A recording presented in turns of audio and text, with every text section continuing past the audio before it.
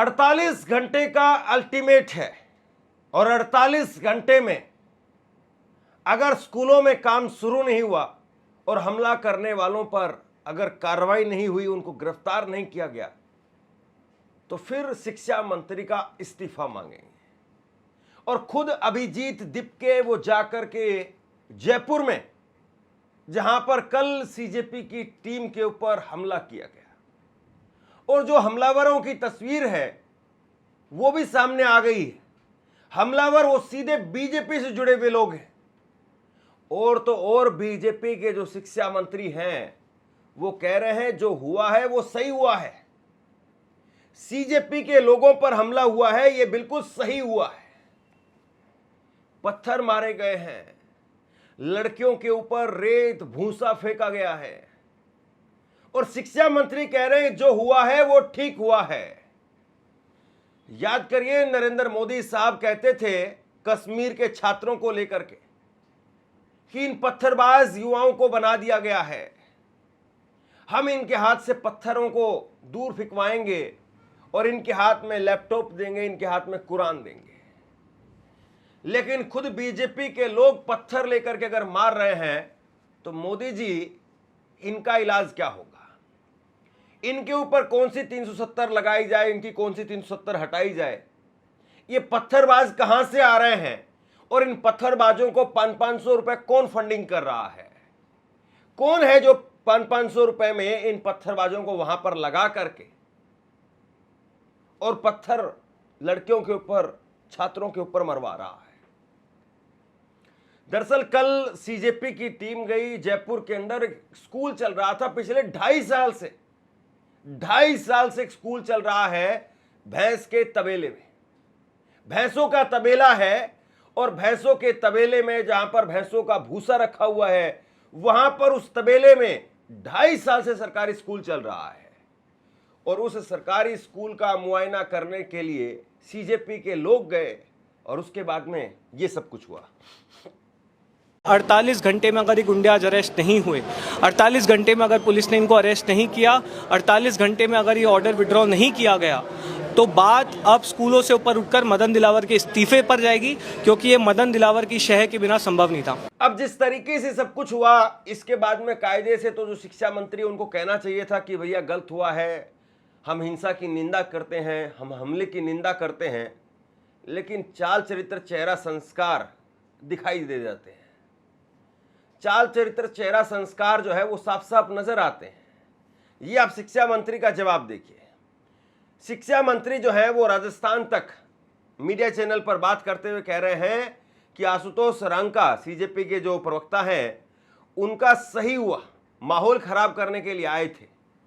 पिटाई के ऊपर जो है शिक्षा मंत्री कह रहे हैं कि उनके साथ में सही हुआ है।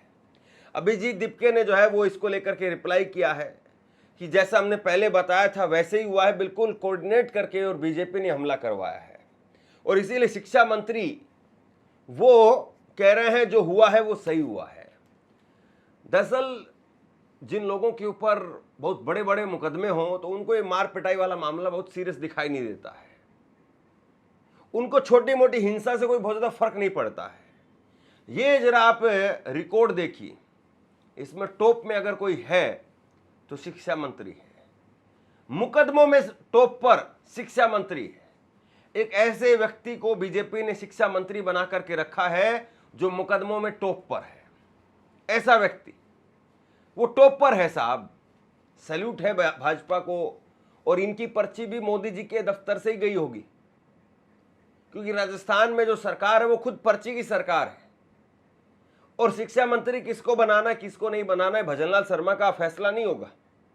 इनकी पर्ची दिल्ली से पहुंची होगी या नागपुर से गई होगी कि भैया ये चश्मो चिराग है हमारे और इनको आप पुरस्कृत कीजिए शिक्षा मंत्रालय भेज करके। इनकी पर्ची जो है वो वहीं से, नागपुर से, दिल्ली से आई होगी, वरना और दूसरी कोई वजह नहीं हो सकती है। मदन दिलावर का खुद से ट्वीट है कि विद्यालय को राजनीति का अखाड़ा ना बनाएं। जानकारी में आया है कि कुछ राजनीतिक दलों से जुड़े हुए लोग विद्यालयों में जाकर के अनावश्यक रूप से माहौल बिगाड़ने का प्रयास कर रहे हैं। ये अत्यंत दुर्भाग्यपूर्ण है। ये जो है वो मदन दिलावर कह रहे हैं। अभिजीत दीपके ने कहा कि स्कूल भैंसों का तबेला बन जाए वो ठीक है। भाई आप जो है वो लोगों को रोक क्यों रहे हैं? आपने अगर स्कूलों के अंदर 56 इंच की टीवी की स्क्रीन लगाई हुई है जिसमें बच्चे डिजिटल बैठ करके पढ़ाई कर रहे हैं, 56 इंच का बहुत बड़ा टीवी वहां पर लगा हुआ है, और आपने 560 मीटर का खेल का मैदान दिया है, इतना शानदार आपने एक भवन वहां पर तैयार करके दिया है, सारी लैब लेबोरेटरी सब कुछ वहां पर है, टीचर्स वहां पर हैं, प्रिंसिपल हैं वहां पर, तो भला कोई भी आए, आने दीजिए। आप तो बाकायदा दौरा करवाइए और बुलाइए लोगों को, इनविटेशन दीजिए लोगों को और कहिए कि भैया आकर के हमारे स्कूलों को देखिए आप। लेकिन आप वो काम नहीं कर पा रहे हैं क्योंकि दिखाने के लिए, बताने के लिए कुछ होगा तभी तो आप करेंगे। देखिए गाड़ी, ये तस्वीर देखिए, गांव वाले उग्र हो चुके हैं।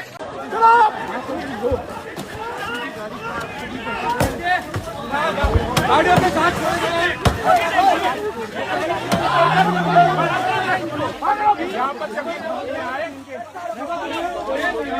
शिक्षा पर अगर राजनीति होती तो जम करके होनी चाहिए, भाजपा को भी करनी चाहिए, कांग्रेस को भी करनी चाहिए, सीजेपी को भी करनी चाहिए, सबको करनी चाहिए, क्योंकि जितनी राजनीति होगी उतना ही स्कूलों का स्तर ऊपर उठेगा। अच्छी बात है, सबको कैमरे ले लेकर के दिखाना चाहिए। अगर जिस स्कूल की स्थिति अच्छी होगी, जिसमें चकाचौंध खूब होगी, भला उस स्कूल से सरकार को डर क्या है।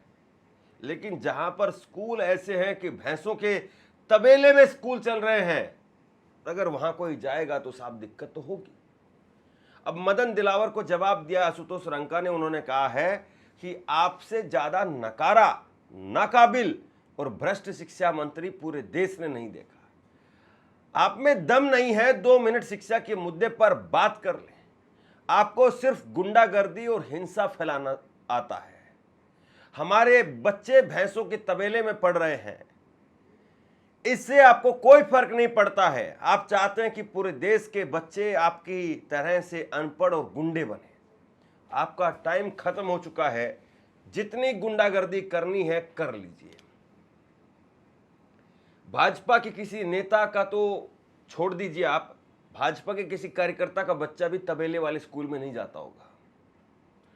इनके सबके बच्चे विदेश में पढ़ते हैं, जो बड़े बड़े नेता हैं इनके सबके बच्चे विदेश में पढ़ते हैं। और केवल अकेले भाजपा की बात नहीं है, सारी पार्टियों में तकरीबन यही हाल है, सबके बच्चे विदेशों में पढ़ते हैं। किसी भी बड़े नेता को आप उठा करके देखिए, उनके सबके बच्चे विदेश में पढ़ेंगे। आज नरेंद्र मोदी की कैबिनेट में या तो जिनकी डिग्री नहीं मिलेगी वो वाले लोग हैं, या फिर वो वाले लोग हैं जो ऑक्सफोर्ड से या दूसरी यूनिवर्सिटीज से जो है वो पढ़ करके आए हैं, वो लोग हैं।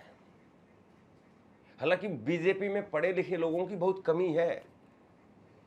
बीजेपी में स्मृति ईरानी है, बीजेपी में नरेंद्र मोदी साहब खुद हैं, बीजेपी में सम्राट चौधरी हैं, बीजेपी में अभी बांकीपुर से चुनाव हुआ तो वहां पर एक 8वीं फेल 10वीं फेल को टिकट दे दिया गया, बवाल में टिकट कट गया। तो बीजेपी की ये हालत है, इस तरीके की हालत है बीजेपी की, क्या कहेंगे आप। और अब अभिजीत दीपके कह रहे हैं कि भैया 48 घंटे का समय है, या तो गिरफ्तार कीजिए या मैं खुद आ रहा हूं। हेलो एवरीवन, अभी हमने थोड़ी देर पहले देखा कि कैसे आशु और उनकी टीम को बीजेपी के गुंडों ने मारा और पीटा। और ये गुंडागर्दी क्यों हुई? क्योंकि एक भैंस के तबेले में बच्चों को पढ़ाया जा रहा था, जिसका एक्सपोज आज आशु करने वाला था। तो मैं ये कहना चाहता हूँ कि अगर 48 आवर्स के अंदर उस स्कूल को ठीक कराने का काम शुरू नहीं किया जाता है, उन गुंडों को अरेस्ट नहीं किया जाता है, तो मैं खुद जयपुर आऊँगा और स्कूल के सामने बैठा रहूँगा जब तक स्कूल को ठीक कराने का काम शुरू नहीं किया जाता है। और आप सभी लोगों से भी मैं रिक्वेस्ट करता हूँ, अगर ये लोग हमारी बात नहीं मानते तो आप सभी लोग आइए जयपुर, और हम जयपुर में वैसे ही बैठेंगे जैसे हम जंतर मंतर पर बैठे हुए थे और पीछे नहीं हटेंगे। और इसके साथ जो सर्कुलर निकाला है जिसमें लिखा गया है कि कोई भी टूटी हुई स्कूल्स का फोटो ना निकाले, वीडियो ना निकाले, उस सर्कुलर को वापस लिया जाए। और बीजेपी वालों से मैं खास करके कहना चाहता हूँ, हम पर चाहे जितने अटैक कर लो, चाहे जितने हमले कर लो, लेकिन हम पीछे नहीं हटेंगे। We are not going to back off. School तो हम ठीक करा कर ही रहेंगे। Thank you. अब एक तरफ सीजेपी वो गिरफ्तारी की मांग कर रही है कि भैया ये जो गुंडे हैं जिन्होंने छात्रों पर हमले किए, जिन्हें सीजेपी के लोगों पर हमला किया, लड़कियों पर हमला किया, उनकी गिरफ्तारी हो। और साफ पुलिस लगा दी गई है सीजेपी के वॉलंटियर्स के बाहर। ये आप आशुतोष रंका का ट्वीट आप देखिए। आशुतोष रंका उन्होंने ट्वीट किया है और ट्वीट करके कह रहे हैं कि भाई 15 पुलिसकर्मी हमारे वॉलंटियर के घर के बाहर खड़े कर दिए गए हैं। 20 साल से वो हमारे पड़ोसी हैं, यानी जो वॉलंटियर हैं वो उनके बारे में बात कर रहे हैं। वो मेरे और मेरे परिवार के बारे में पूछताछ कर रहे हैं। आप सीधे राजस्थान आ जाइए, मुझसे पूछताछ कर लीजिए, अगर ज़रूरत लगे तो मुझे गिरफ्तार कर लो। लेकिन अगर आपको लगता है कि डराने धमकाने के तौर तरीके काम आएंगे तो आपने जंतर मंतर की घटनाओं पर भी ध्यान नहीं दिया है। भाई मतलब समझ में नहीं आता है राजस्थान पुलिस अलग से कौन सी तहकीकात कर रही है। राजस्थान पुलिस जो है वो अलग से कौन सा पहाड़ उखाड़ना चाह रही है। आशुतोष रंका या फिर अभिजीत दीपके, सौरभ दास, ये सब हाई सर्विलांस पर रहे हुए लोग हैं।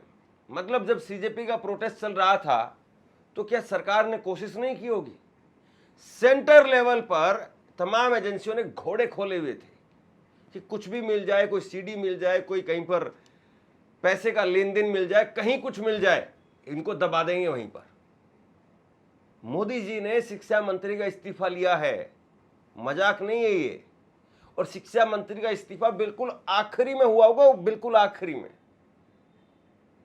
ये शिक्षा मंत्री का जो इस्तीफा हुआ है ये ऐसे ही नहीं हुआ है।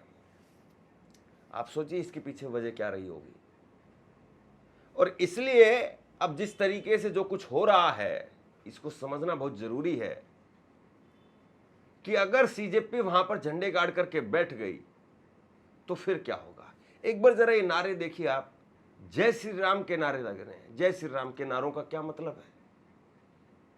अगर किसी को स्कूल से कोई दिक्कत थी और वहां पर जो है कुछ लोगों को गांव के लोग बता करके खड़ा कर दिया गया मीडिया के सामने, और वो गांव के लोग जो हैं जो मीडिया के सामने खड़े हुए हैं, हालांकि वो भाजपा के बहुत सारे कार्यकर्ता हैं उनमें से, वो कह रहे हैं कि हमने तो अपने स्कूल की रक्षा की है, सीजेपी के लोग हमारा स्कूल गिराने के लिए आए थे। स्कूल कोई धक्का मारने से गिर जाने वाली चीज है? कोई ऐसा गत्ते का स्कूल बना रखा है कि जिसको धक्का मारेंगे तो स्कूल गिर जाएगा? क्या वो जेसीबी मशीन बुलडोजर अपने साथ में लेकर के आए तो धक्का मार करके स्कूल गिर जाएगा? यही बाइट दी गई सब चैनल्स पर। और अब जो है ये समझ में नहीं आ रहा है कि अगर वो अपने स्कूल को बचाने की लड़ाई अगर लड़ भी रहे थे और ये सीजेपी वाले अगर स्कूल गिराने के लिए भी गए थे तो जय श्री राम के नारे का मतलब क्या है? अरे जरूरत पड़ने पड़ी जो सपोर्ट आएगा यहाँ गांव में दूध खा के जाएगा अगर दोबारा आ गया तो या वो चाहिए। मुर्दाबाद मुर्दाबाद जनता पार्टी मुर्दाबाद मुर्दाबाद जय श्री राम जय श्री राम जय श्री राम। राजस्थान इस देश का सबसे बड़ा राज्य है क्षेत्रफल के हिसाब से, और वहां पर बीजेपी कांग्रेस की सरकारें आती जाती रही है। अब वहां पर बीजेपी की सरकार है, उससे पहले 5 साल वसुंधरा की सरकार रही, बीजेपी की गहलोत की सरकार रही। लेकिन अगर आप 2.5 साल से भैंसों के तबेले में स्कूल चला रहे हैं तो क्या इसकी जिम्मेदारी डोनाल्ड ट्रंप की है? क्या इसकी जिम्मेदारी इमरान खान की है? किसकी जिम्मेदारी है ये? कौन जिम्मेदारी लेगा? Canada, Germany, Japan, Australia, Pakistan, Nepal, Bhutan, कौन इसकी जिम्मेदारी लेगा? कौन सी सरकार इसकी जिम्मेदारी लेगी? और अगर सरकार जिम्मेदारी नहीं लेगी तो फिर बताइए क्या कहा जाए। लेकिन अब साफ तौर पर दिखाई दे रहा है कि अगला हॉट पॉइंट वो राजस्थान है, और जिस प्रकार से मंत्री, जिस प्रकार से सरकार वहां पर जवाब दे रही है, मामला गर्म है और मामला आगे बढ़ता हुआ दिखाई दे रहा है। अगर वहां पर सीजेपी का प्रोटेस्ट होता है तो हम कोशिश करेंगे कि राजस्थान के जयपुर से भी आपको तस्वीरें दिखाएं, जैसे आपको हमने जंतर मंतर से तस्वीरें दिखाई थी।